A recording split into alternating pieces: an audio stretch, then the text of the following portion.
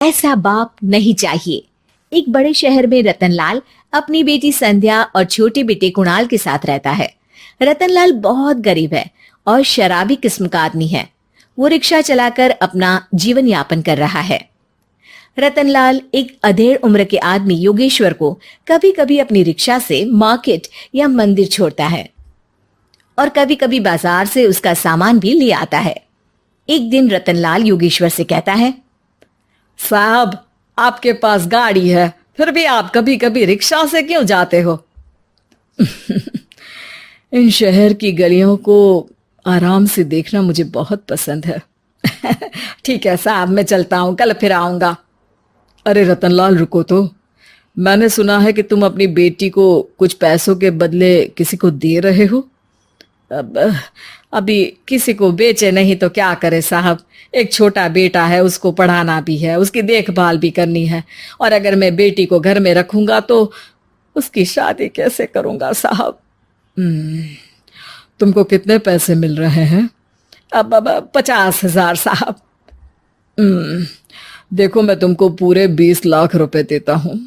तुम अपनी बेटी संध्या को मुझे दे दो। हैं? 20 लाख? धन्यवाद साहब, धन्यवाद। मैं कल ही उसे आपके पास छोड़ जाऊंगा साहब।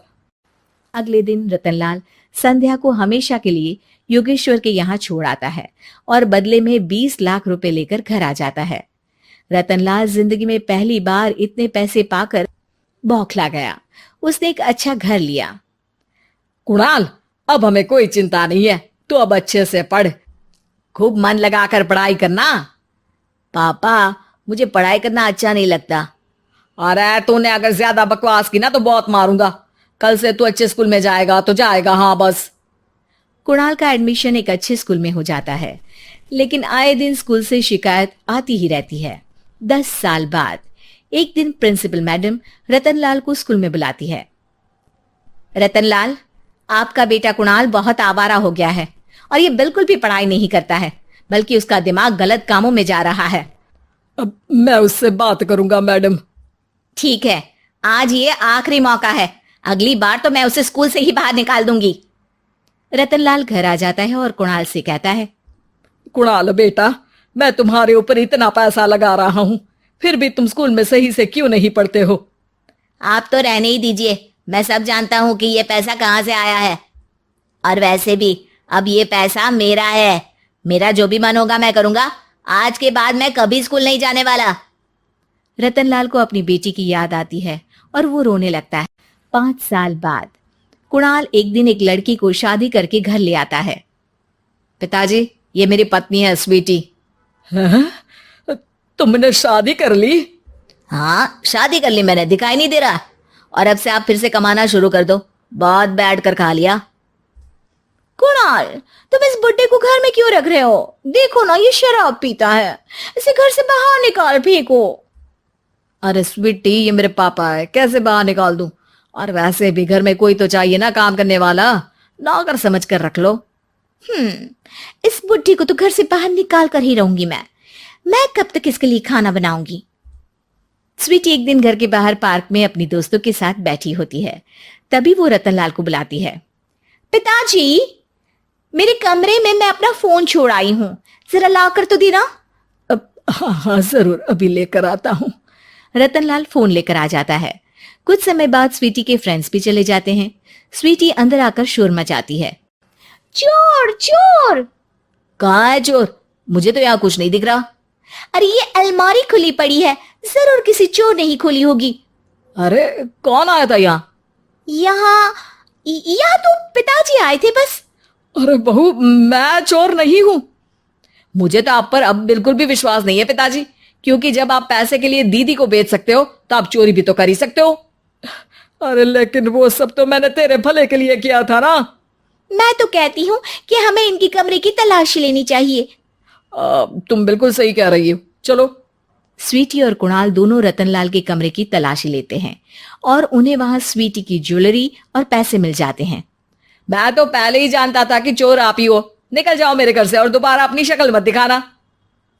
रतनलाल आंखों में आंसू लिए घर से निकल जाता है। स्वीटी मन ही मन सोचती है, आज तो मेरी प्लानिंग सफल हो गई। जैसा मैं चाहती थी ऐसा ही किया और बड़ी आसानी से उस बुड्ढी को चोरी का इल्जाम लगाकर घर से भगा दिया। रतनलाल की हालत अब ज्यादा खराब हो गई और वो सड़क पर बैठकर भीख मांगकर खाने लगा। एक दिन वहां एक गाड़ी आकर रुकी और सड़क पर बैठे सभी भिखारियों को अपने सेंटर ले गई। एनजीओ की मालिक संध्या एक एक करके सभी को सुविधा मुहैया कराती है। तभी उसकी नजर रतनलाल पर पड़ती है। पिताजी, संध्या तू? पिताजी आपकी ये हालत कैसे हुई? ये सब मेरे बुरे कर्मों की सजा है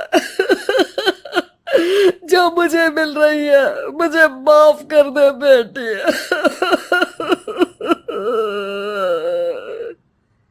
पिताजी, मैं आप पर बिल्कुल भी गुस्सा नहीं हूं, क्योंकि आपने मुझे यहाँ भेजकर अच्छा ही किया। मेरी जिंदगी बदल गई। लेकिन ये सब हुआ कैसे बेटा? आप ये नए कपड़े पहनो, तब तक मैं योगेश्वर अंकल को बुला कर लाती हूँ। योगेश्वर अंकल? हाँ अंकल। योगेश्वर जी ने तुझसे शादी नहीं की थी?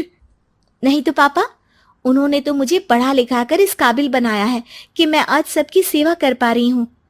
रतनलाल पश्चाताप करके रोता रहता है। तभी योगेश्वर भी वहां आ जाता है। रतनलाल जी, आपकी ये हालत कैसे हुई इतने सारे पैसों के बावजूद भी? क्योंकि मैंने बेटे और बेटी में भेदभाव किया था।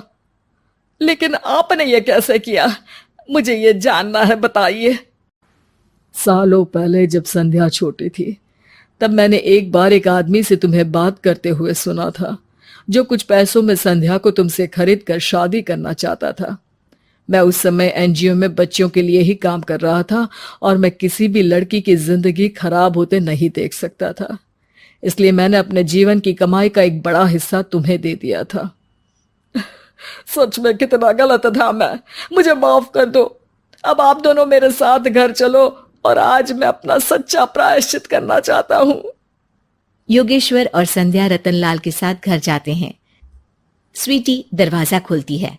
चोर भिखारी, तू फिर से आ गया? चल भाग यहाँ से बुड्ढे। ये घर तुम्हारे बाप का नहीं, मेरा है। बाहर निकलो यहाँ से। रतनलाल कुणाल और संध्या को घर से बाहर निकाल देता है। योगेश्वर जी, अब ये घर आपका है और अब आप यहाँ एक और एनजीओ खोल सकते हैं। शायद अब ये सच्चा प्रायश्चित है। संध्या अपने पिता के गले लग जाती है।